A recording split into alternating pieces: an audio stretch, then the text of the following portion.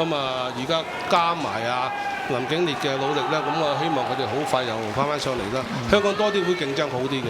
暫時目前嚟講就非黑即白啦，即係海天、明天咁啊兩間會鬥，咁啊多一兩間會鬥就唔使選手喺集中晒一兩間會，變咗多啲選手出嚟訓練，可能會對香港泳壇更加有好處。今日最壓軸一個項目啦，就係13歲或以上4乘50米嘅4式接力啊！一線係泳軒，二線志佩，三線賽馬會，四線海天，五線泳天，六線愉園，七線南華會，而八線係泰國隊嘅。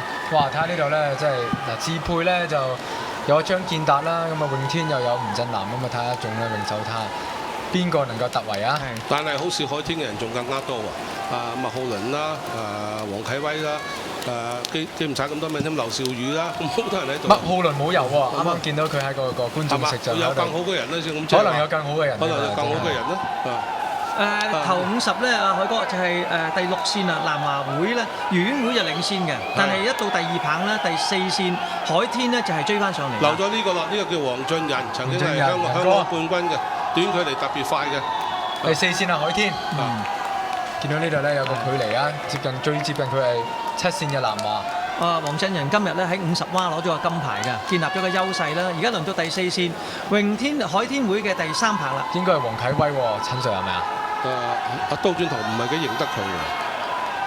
刀轉頭咪見到，應該都係嘅，50黃啟威游得到嘅。係咯，長啲就唔夠膽講。贏好多啦，贏好多啦！而家已經都係我估，只要唔犯規，佢哋嘅成數就好大㗎啦。仲係第4線嘅海天會咧領先，由最後一棒嘅自由泳啦。哇！海天嘅擁躉係咁哇哇聲喺側邊。好啦，海天領先緊㗎，哇！砰砰聲裝摩打咁啊！睇下後面第2線嘅，見到志佩追到幾多啦？4線就係海天會。贏到㗎啦，睇下第2。志佩追過海天啊！志佩追過黃啟威喎，啱啱第4線係黃啟威。呢個第4個，咁第3個係邊個嚟咧？海天第1就第2。第2係南華會。第3係賽馬會。賽馬會啊！賽馬會。泳天第4喎，估唔到喎。